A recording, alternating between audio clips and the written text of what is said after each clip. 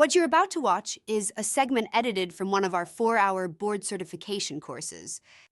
Each segment focuses on an area of governance that board members frequently ask us to explain in more detail. We produce these clips to provide information on demand, giving you the option to revisit key topics whenever you need clarity, reinforcement, or a quick refresher. The video is a discussion for Condominium Association board members that covers the Florida statutes governing the membership meeting requirements. This is a copyrighted video by Ardor.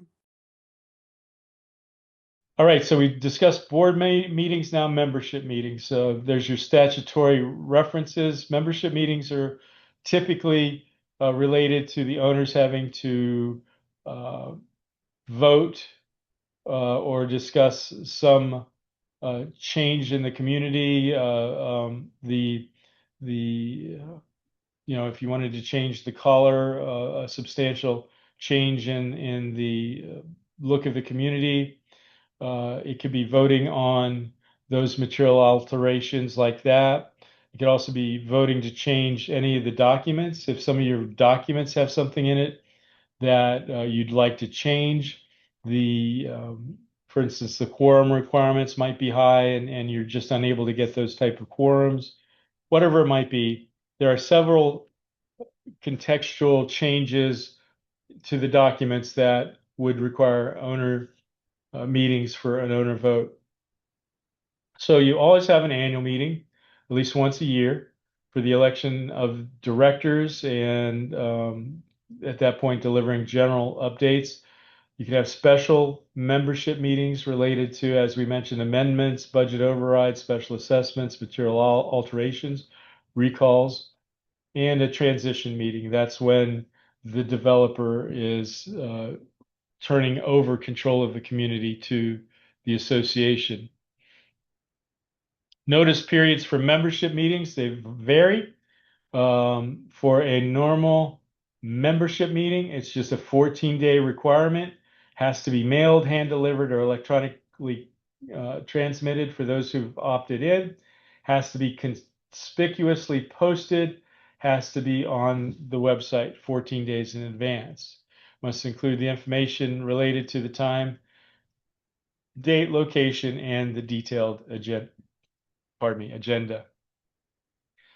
Then if there is a vote, but it is an open vote, something like the material alterations or voting on a change to an amendment, anything that is not an election, that can be handled as an open vote. The notice for those meetings 14 days in advance as well, mailed, hand delivered, electronic, posted conspicuously, also on the website, but it has to include the date, time, location, the agenda items, and then a general proxy that would allow owners to assign someone to represent them at the meeting with regard to quorum, and then a limited proxy, which would allow the owners to assign someone to vote for them on the specific issues that are being considered at the meeting, voting instructions, and the full descriptions of anything that's being voted on. Quorum for the membership meetings, unless it's lower in the bylaws or even higher, it's typically a majority, which means more than 50% to reach a quorum. This is for regular or special meetings, anything where voting occurs that's not an election. You can use the general proxies to establish quorum, and that proxy is in effect for the meeting that it's created for, and any reconvened meetings for that agenda, for those items. Limited proxies, you can use a limited proxy for taking votes, things like waiving or reducing reserves, financial reporting requirements, amendments, all those things we just walked through. And so limited proxy, here's how I vote, here's how I vote, here's how I vote on these three issues. here's who's representing me. And then general proxy, here's who's representing me as being present at the meeting.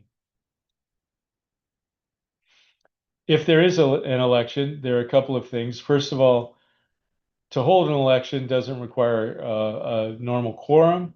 You only need 20% of the eligible voters to cast ballots at an election. So you may have an annual meeting scheduled. You may end up with 30% of the owners. So you don't have a majority of the owners there. You can't really have a meeting. But because you have 30% of the owners there, you can still have an election. It only takes 20% of the eligible voters casting ballots to have an election. The process for noticing an election, first notice goes out 60 days in advance that there's going to be an election, a meeting with an election. It requires then an affidavit for all of these things that they were noticed appropriately. Then there is a candidate intent to run. So the notice goes out, and if a candidate, an owner wants to run as a candidate, they have to return their notice of intent at least 40 days before the election. They are allowed then to also submit a candidate information sheet, no larger than 8.5 by 11, whatever statement they want to make about who they are, what they intend, and what they'd like to do if elected. And then the second notice of election has to go out not less than 14 days in advance and not more than 34 days before the election. So that's the timing for those notices. Ballots and candidate information. So the second notice will have a ballot listing all the candidates in alphabetic order by last name, and it can't include any information on whom are incumbent. So it's got a ballot that you can check mark names. Next, it's got an inner envelope. This envelope contains only the completed ballot. Must not contain any identifying information such as the name, unit number, or signature. The goal is to ensure the vote remains anonymous when counted. You put the ballot in the envelope, seal the envelope, and put it in what's called an outer envelope. Now, the outer envelope is printed with a return mailing address so they can send it through the mail. But on that outer envelope, there must be a spot for the unit owner's name, unit number, and their signature. So that outer envelope is used to identify that this is truly an owner in the community. Once that's done, they open the outer envelope, set it aside, take the sealed inner envelope, place it in a ballot box for anonymous counting. And candidate information sheets need to be in there no larger than 8.5 by 11 inches.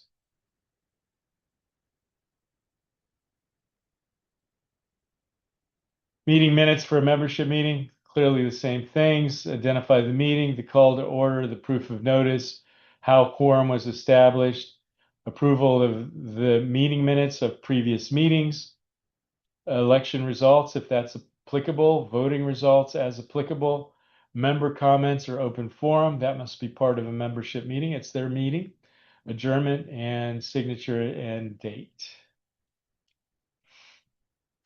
We mentioned a couple times about opting in. So you can establish, based on 718.112 2D6, the opportunity for owners to receive all of their notices only by electronic transmission.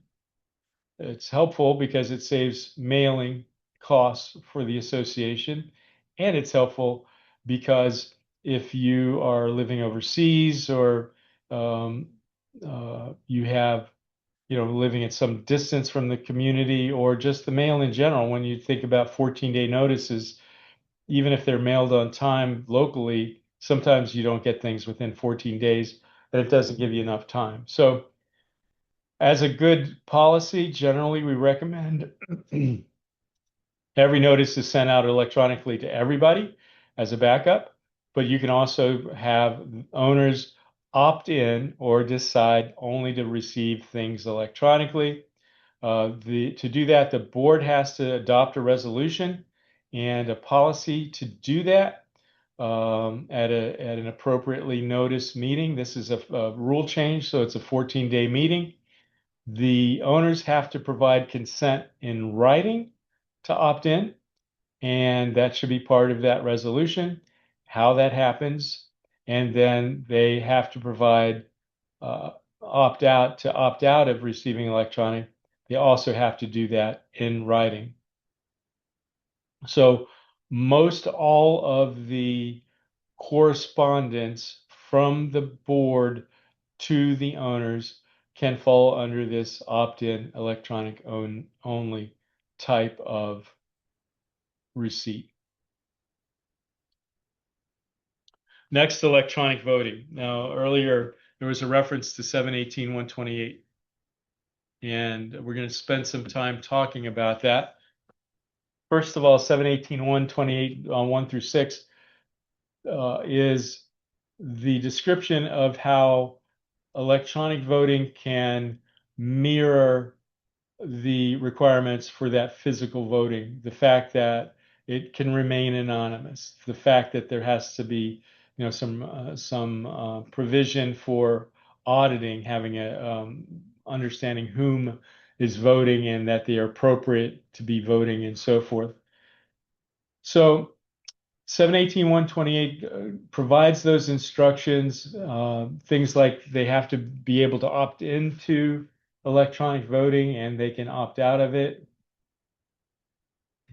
that there has to be written consent, and most electronic voting platforms do that with an electronic signature.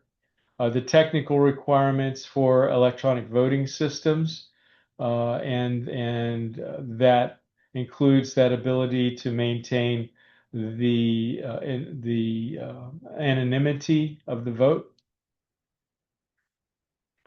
the ability then to have a process that tracks it and audits it and so forth. So there are several, because of 718.128, there are several electronic voting platforms that have become available for Florida specific elections.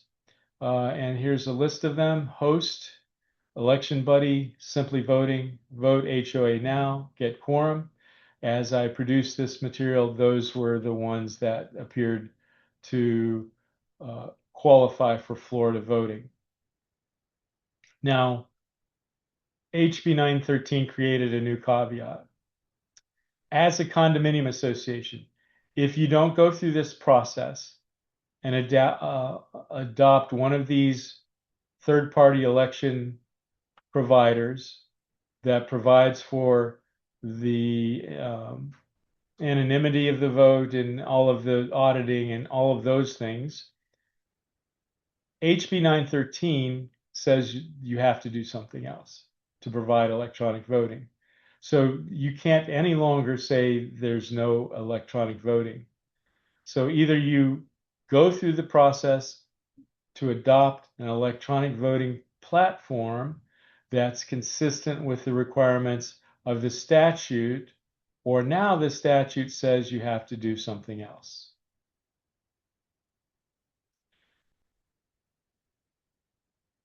If you do not adopt third-party voting using a voting platform, and you can do that. That it did. HB 913 did make a change. You can do it at a normal board meeting now, so just a 48-hour notice. And also, if 20%, 25% of the voting interest of the owners petitions the board for electronic voting at least 180 days after the last election, the board must adopt voting at a meeting within 21 days after the receipt of the petition to adopt that resolution. So owners can force the board to adopt a voting platform. and boards can vote to adopt a voting platform. Used to be required a 14-day notice, now only 48-hour notice board meeting. If you choose not to do that, you are now subject to 718-128, 7A forward. If you choose not to adopt a voting platform, you must do the following. The association must establish an email address for receipt of electronically transmitted ballots. Unit owners may electronically transmit a ballot to that email address designated by the association without complying to the rules providing for secrecy of ballots adopted by the division. The ballots must include a space for the unit owner to type in his or her name and his or her unit number. That also, typing in the name also functions as their signature on the ballot. And when you send this to them, you have to, in capitalized letters, in a font larger than anything else in the email, say that waiving the secrecy of your ballot is your choice. You don't have to waive the secrecy of your ballot in order to vote. By transmitting your completed ballot through the email to the association, you waive the secrecy of your completed ballot. If you do not wish to waive your secrecy but wish to participate in the vote that is the subject of this ballot, please attend the in-person meeting during which the matter will be voted on. A completed ballot must be transmitted to the email address designated by the date and time that the meeting starts. And then there has to be a sworn statement from a board member, officer, or agent of the association or the manager that all folders associated with that email address were checked for ballots. So junk email, spam email, just checking every potential folder that you got all of the ballots. And then the association must count all the email ballots towards the vote and quorum. A lot of issues here. There's no provision for verifying who sent the email, only that it has to have a name and address and the choices on the ballot. So you can't restrict or confirm, whom is sending emails to that incoming voting box. Based on this new subsection, we recommend a best practice if you don't have electronic voting, that you create a fillable PDF ballot with the association name, meeting description, date, time, fillable spaces for the unit address, as well as the owner's first and last name, voting check boxes with candidate names or boxes where they can type them in, the voting instructions, the necessary waiver language, and the email address to send the ballot. Send that PDF ballot along with the meeting notice via email to all the owners. Post the ballot, that electronic ballot, on the association website. And hopefully, owners will use that ballot. However, if they send something to the email address that's complete with all the necessary information, including their name, unit number, and votes, it has to be counted as an appropriate ballot. An extended video discussing this electronic voting process, the new process in detail, is linked here. And when you get your PDF copy of this slide deck, that will be an active link that you can go out and review this information in detail. So membership meeting notices, membership meeting with no election, 14 days, mail, deliver, email, posted on the website. Also, all of the necessary information, election meeting, 60 days, first notice, 14 to 34 days for a second notice. And those need to contain ballots. There are specific items that need to be part of each mailing. The fining committee, it needs to be at least a 14-day notice to the owner, subject to the fine or suspension, and a committee meeting, just like a board meeting, 48 hours in advance, and have details. Voting certificates, interestingly, 718-103-31 defines a voting certificate as a document which designates one of the record title owners or the corporate partnership or entity representative who is authorized to vote on behalf of a condominium unit that is owned by more than one owner or by an entity. Makes a lot of sense that you would use a voting certificate if it's an LLC, if it's a trust, if it's 10 family members. It's a good idea to sign a voting certificate to say who is the authorized representative to vote for that entity or group. However, although the statute defines what it is, it does not require it. So often in your governing documents as a community, they may say they are required, but on a statute level, they are not required to provide voting certificates. All right, that covers meetings.